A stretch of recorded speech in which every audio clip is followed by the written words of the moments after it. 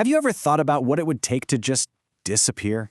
In one of the most powerful novels ever written, the main character does exactly that. He retreats into a basement, totally cutting himself off from the world. But why? Well, we're about to see how this act of hibernation in Ralph Ellison's Invisible Man is actually an incredible, radical journey of self-discovery. So this is the line that kicks the whole thing off. And the most important part, really, is right there at the end. He's not literally invisible, right? He's a real person. He's made invisible because people, and he means society, refuse to see him for who he actually is. They just see their own junk, their own prejudices and assumptions laid on top of him. So what is he running from? He's escaping a world where, and this is the crazy part, being seen is actually a kind of prison. And this really lays out the whole paradox for us. On the one hand, to be visible in his world means you're just a warped reflection of what everyone else wants you to be. It's their fears, their stereotypes. So on the other hand, his retreat, this strategic invisibility, isn't him giving up. No way. It's a final, defiant move to take back his own identity. Now, this retreat wasn't just about getting away from society in general. He was escaping very specific forces. You could almost call them puppeteers who were trying to pull his strings for their own reasons.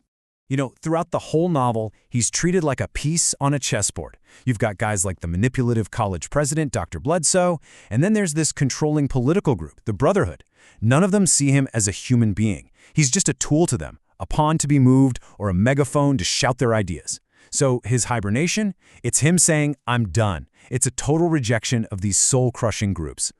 So where does he go to escape all this noise? Underground, into a basement.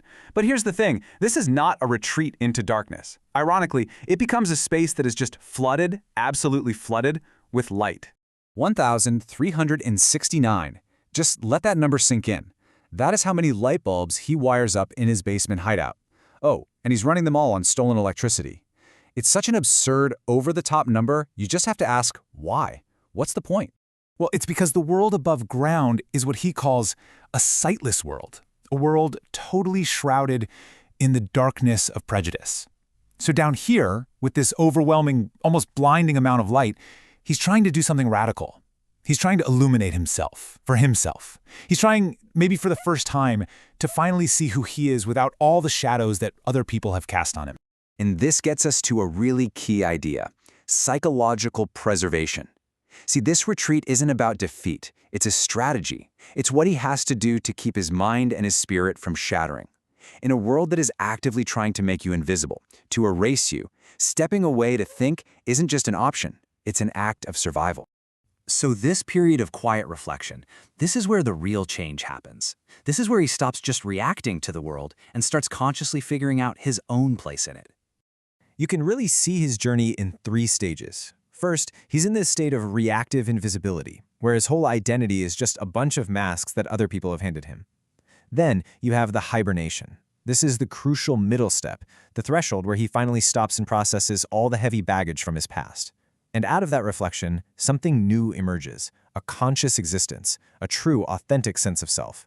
But wait, here's the final, and maybe the most important twist. This hibernation, it was never meant to be permanent. It's a preparation. It's a wind-up. Think about it.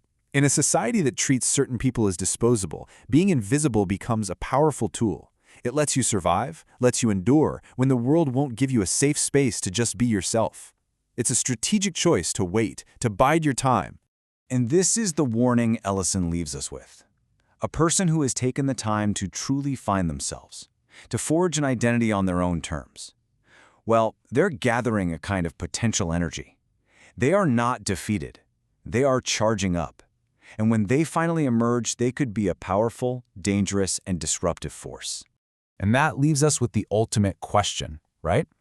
After all that light, all that reflection, all that time spent building a real identity in the dark, what happens when he finally decides to come back up to the surface? The hibernation might be over, but you get the feeling the real story is just about to begin.